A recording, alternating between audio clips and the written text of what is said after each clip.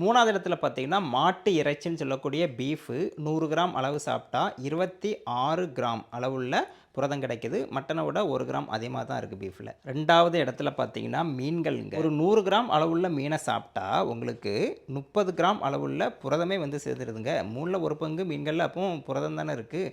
எல்லா ஃபிஷ்ஷும் கிடையாது. டியூனா ஃபிஷ்ன்னு சொல்லக்கூடிய சூர மீன் தான் அதிகமான புரதம் கொண்ட உணவு. இந்த சூர மீனை சாப்பிடும்போது ஏதோ நம்ம இறைச்சி சாப்பிட்ற ஃபீலிங் இருக்கும் இல்லையா? ரொம்ப டேஸ்ட்டாகவும் இருக்கும். அப்போ சூர மீன் நீங்கள் அதிகமாக சாப்பிடும்போது புரோட்டீனும் உங்களுக்கு அதிகமாக கிடைக்கும். முதல் இடம் யாருக்கு? என்ன விட்டு போச்சு? முக்கியமான விஷயம் இல்லையா? நம்ம டெய்லி சாப்பிடக்கூடிய விஷயமே இதுதான். நான்வெஜ்னாலே இதை தான் நம்ம நிறைய சாப்பிட்றோம். நம்ம ஒரு சிக்கன். ஒரு 100 கிராம் அளவுள்ள சிக்கன் நீங்கள் சாப்பிடும்போது அதிலிருந்து கிடைக்கக்கூடிய புரதத்தோட அளவு பார்த்தீங்கன்னா 31 கிராம். உள்ளதுலேயே ஹையஸ்ட் இது தாங்க. புரத உணவுகளில் நம்பர் 1 பார்த்தீங்கன்னா சிக்கன் தான். சிக்கன் வந்து லீன் புரோட்டீன் வகையை சார்ந்தது, கொழுப்பே இல்லாத வகையை சார்ந்தது, ரொம்ப நல்லது உடம்புக்கு. ஆனால் தோலை மட்டும் எடுத்து சாப்பிடணும், ஏன்னா தோலில் தான் கொழுப்பு இருக்குது.